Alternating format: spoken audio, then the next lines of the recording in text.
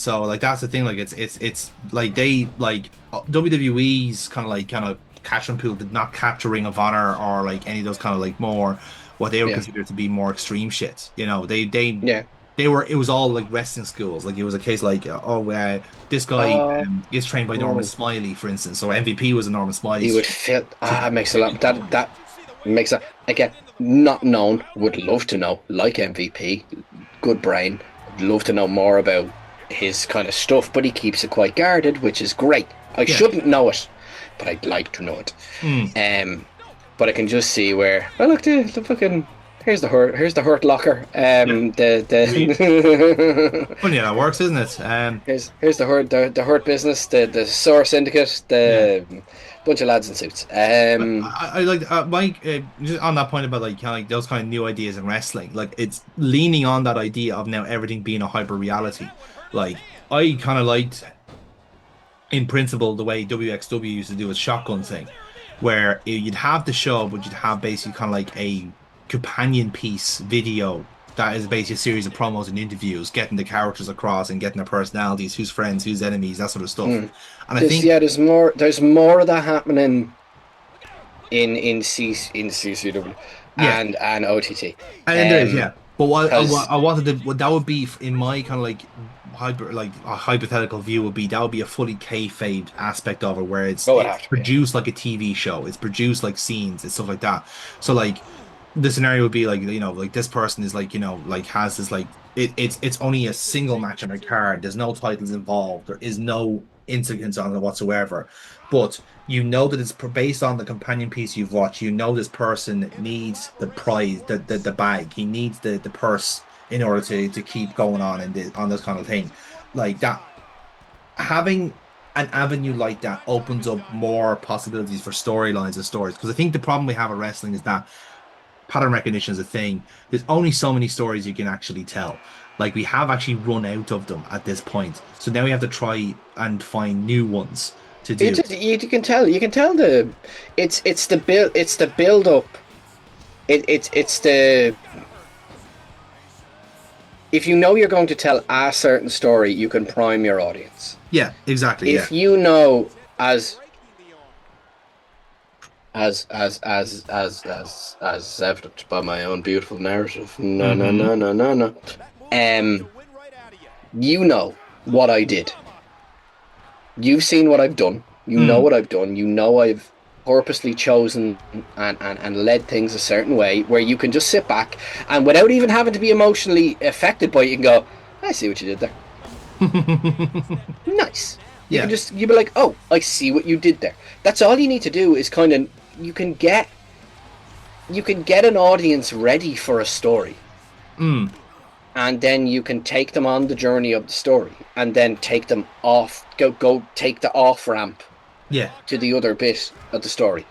It's just a matter of getting people there, but you don't know how people are going to get to your story. Yeah.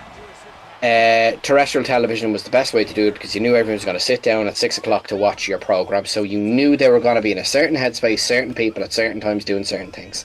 Yeah. Um, there's no guarantee of how you're going to get someone into your product, Mm. or how they will find you, or even if they watch the first episode, they might just jump to the second.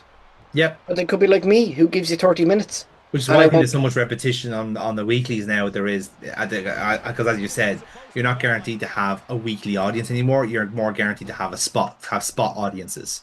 So you have to kind of run the same story or do reminders and refreshers over and over again. But because you can't rely on this on repeat business anymore. Like that repeat business is kind of gone now in that respect, or at least it's It's not as it was. it could be if they the financial model does not require it, therefore it's not being done. If Netflix said you need to have 20 million people viewing every week, they would make 20 people view it, and they would Yeah. hot shot it, and they would get it to where it needs to go. Um, Sport is different in that you're gonna watch your team regardless because you're Yeah. a fan of the team or like that the individual player. Um, by the way, in for Jack Freedom fact, this is what he actually sees when he's in the Rumble. When he's pushing someone over, he sees circle, circle, circle, circle, circle, circle, square, square, square, square, square, square, square. That's what It's he's that thinking. childhood he was raised off Street Fighter, of That's course. what he's saying out Yeah. loud. And what the fuck are you talking? Square, square, square, triangle, triangle, triangle, triangle, triangle. That is fantastic. That is a phenomenal fact, and I will Yeah, take that to the grave. Jack fact. But you can just see it's in the same way I was an avid Gaelic football fan. Yeah. I started playing at 7, and I stayed with it until just about 17. So Yeah. there's simple mathematics for you. 10 years. And I was fully invested in it. Went to all my was a club man. Went to the club matches. The senior team went to Dublin matches in Parnell Park. Went to Dublin matches in Croker. Even travelled for a few. Whereas my Ethan's godfather arrived at GAA at the age of 18, and then kind of tiptoed with it. I think he got a corporate box out of the job or something like that, and it just stuck. And he travels the length and breadth of this country supporting this team, to the point where I can say, any chance you want it, sorry, dubs are on.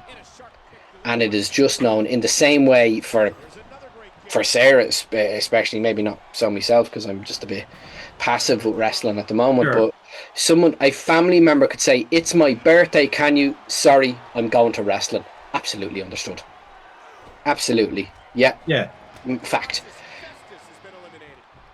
There isn't as much as there's a lack of ritual in the way people just live their lives, and in is great, because there's a lot more autonomy, and you get to pick and choose your day, and you get to pick and choose your the way your work week is, and your viewing patterns. I will, for the most part, watch a very specific YouTube video because they happen to release it on a Monday. And I'll try and watch it on a Monday. But there's so much of that you could literally... I missed the TV guide of it all. Yeah. I missed the RTE guide, where you just kind of... You knew what was on when it was on. I'm not watching fucking Raw live. Apart from the fact, wrong time zone. But now I don't fucking have to. But we all did. We stayed up until stupid o'clock watching the pay-per-views. As is evident by the Low Blows party. Please see Low Blows for all of your wrestling watching needs. But you can just see where it's... The only people who watch wrestling like that are the people who make money from it, like the actors and YouTubers and streamers. There's more of an economy around it. I think that's the byproduct of your digital world as well, isn't it? Like it's easier to now watch this reactor, like go by what this reactor does, rather than having to watch it yourself, which is a very frustrating byproduct. Where it's always that top comment on a Twitter thread asking Grok to explain it. It's like, read the fucking thing, read it with your eyes, and use your brain to explain what this is. What time is it? It's Mike Knox time. Oh, thank goodness. You can see where CM Punk, Mike Knox, Goldust, and Jack Freedom. I am fucking high right now. Again, in the mirror universe, I choose to believe this is part of the AEW roster. Yeah. You can see where the Rob Artadowny of Wrestling Doodle fame, his webtoon Peculiara, viewable on Webtoon. My favorite thing. I adore it. There it is. He had one of his comics freebooted, screenshotted, and put on Facebook. Yeah. And I saw it. And it just popped up on my timeline, and I'm like, that looks familiar. Hold on, that's Rob's comic. Here, Rob, you've been freebooted, pal. It got 13,000 reactions. It was shared 2,000 times. Yeah. He is not getting, from what I know, he is not getting those direct views on his actual page. Yeah. It's like, it's all distribution. I was just talking shop with him, going, hey, be fucking cool about this because there's 13,000 people who could be your fan. Mm. So much I saw with fucking Sarah Simulacrum. You know, she jumped on Game Changer, told you all about the We had a Sam lovely posting, conversation about it. Yeah, you yeah, know, and it was just like 1,000 people reacted, and that led to, I think, 2 sales. That's the economy. yeah. That is the economy, and to the point where like people do. That was a great spot with all of them pushing at the same time. You surprised they don't do that? That Yeah. was fucking cool. But you can just see where I am baffled. Nerds R Us isn't as popular as it is, or it hasn't struck the algorithm. And I think one day it may. Yeah, I'm But not holding my breath, to I be just, honest. I logically, I'm like, it has everything there. It has the Mm. cast of characters, it has the consistency, it has the diligence, it has the upload schedule. There is no reason why it doesn't. And I find that fascinating. And then I know why. We have discussed its distribution. And You variety. do you do YouTube not. channels don't like YouTube. Yeah, YouTube algorithm doesn't like variety. It likes you to be just good at one thing, so it can stay on that track. But if you're I doing would. 4 or 5 different things, it It's doesn't know what track to put you on, so it just doesn't put you on any at all. it's the shorts of it all, Yeah, and not just the ones I'm wearing. But it's that, and it's exactly what we've talked about. It's distribution and what it is, and what it is now is what it is, and it works for what it is, which is to give us something to do. yes. And that's the game is to have something to do and to, as I call it, train in the dojo. I have potentially something I will be a part of, um, maybe, and I know I can walk onto any set. I can jump in front of any microphone. I can go anywhere because of the training in the Nerds Dojo. Mm. I arrived with a certain level of maybe, to the point now where I can go, I absolutely can. Not a bother on me. And it's, I would nearly advertise that as I had certain people only at the last 2 wrestling shows I was at going, oh yeah, you're part of the Nerds. If they ever need someone else, and I'm like, Mm.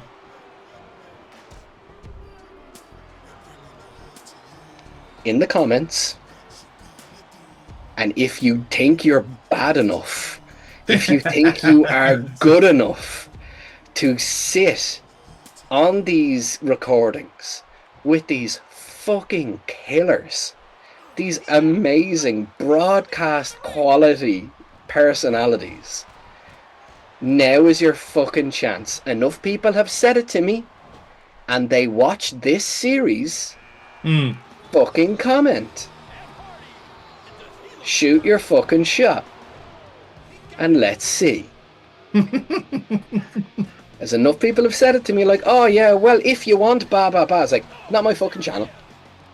Not my channel. I was going to say I'm the booker, pal. Yeah.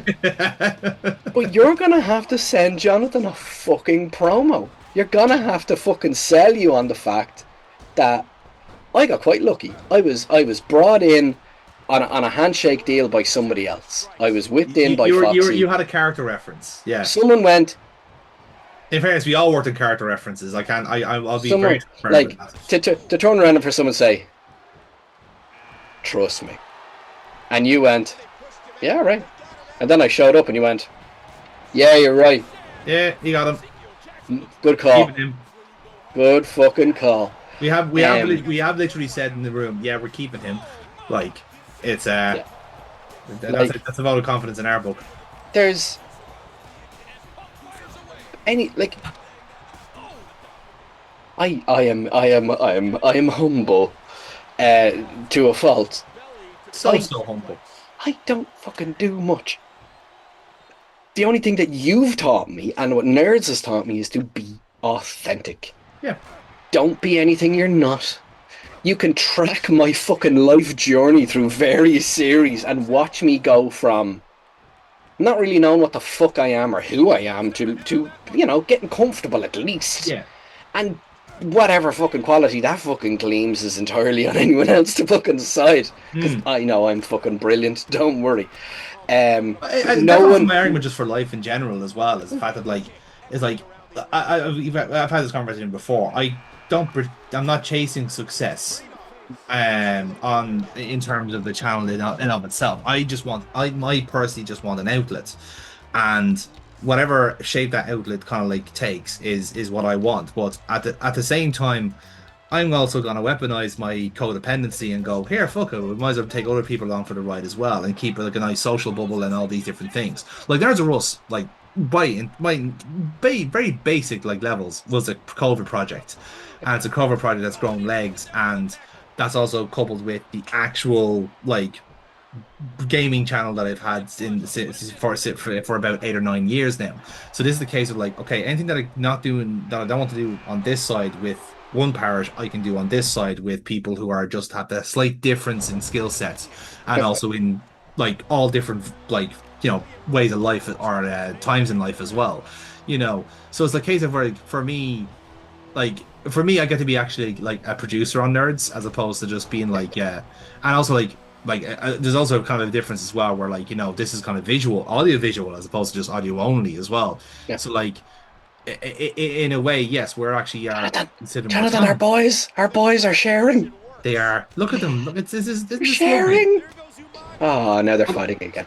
although I'm actually quite upset that Regal eliminated Umanga, considering that like True. even Of the we are better than the Utopia. Utopia, yeah, which is Um, shows you how long that fucking story lasts as well.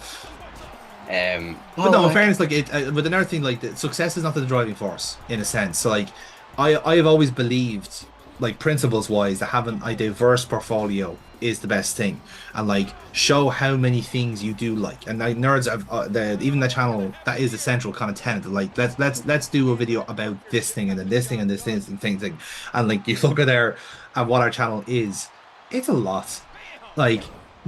Find me another channel where you'll find movie reviews, fucking football manager playthroughs, a Star Trek podcast, and then whatever the fuck this is.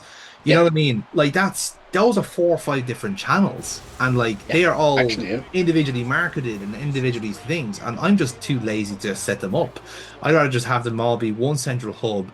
And you pick and choose what you want. I'm not chasing viewership here. If this takes off compared to anything else, that's great. But I'm not pushing this one thing in particular. I let the number speak for itself and let it grow organically. It takes longer. And that's all. And it's also, by the way, there's a whole secret economy on YouTube when it comes to bot farming and buying subs and all these different things. And we don't do that here. When Hmm. you look at it, like big YouTube works on bots and it works on traction. It works on having actual companies backing you in a sense. Yeah. Like I remember like, at one time our road to parish was offered a role in one of these kind of like big kind of like content houses and stuff like this, and Hmm. it was a Russian based one, and they showed me some of the YouTube channels that like it funds. I know the name of it. I'm not going to publicly say it. It's one of those like Yeah.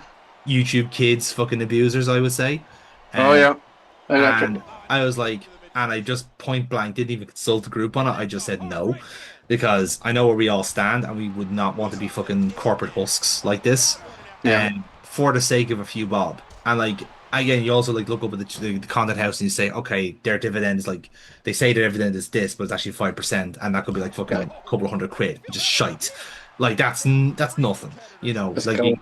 wouldn't get out of bed for that. One moment, Jonathan. Let's go, Jack. Let's go.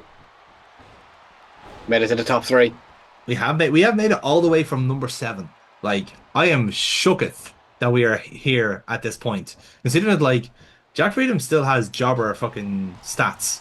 You know Oh what I yeah. mean? Like Yeah, this yeah, is yeah. we are learning on the job here. This is Never have you. I don't think. Never have you tried so much in a video game. Like, come on, come holy fuck, you have on. no idea. Yeah, Like genuinely Jack Freedom's playthrough was the hardest of the 6. yeah, Solely by the fact that I was starting from scratch. yeah. It's but like it's something in anything with content creation. You can fast track things, or you can do them the right way. Yeah. As is my own fucking want in a lot of stuff.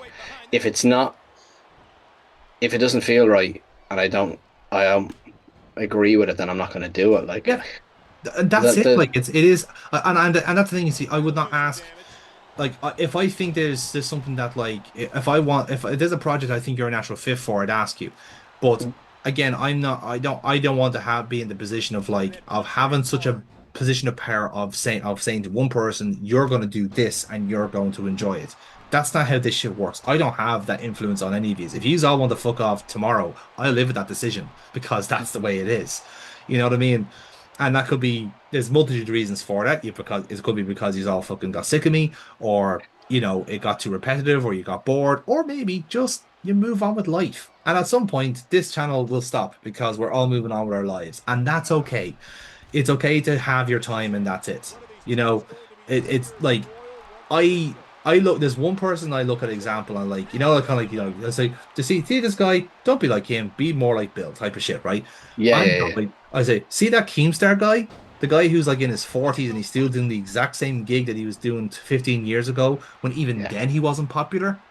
You don't want to be that guy. No. That's not the guy you want to be. One of my favorite, my template for Monday Madness was a channel called Red Supreme. And there were two lads who were some of the founders of the Something Awful forum, right? There were two at this point. There were two mid-30-year-olds with growing families and genuinely well-paying jobs. Like these guys are fucking minted, and they were just ripping the piss out of people uploading playthroughs onto Something Awful. That was the whole point of the channel, was to rip the piss out of really badly uploaded videos, right?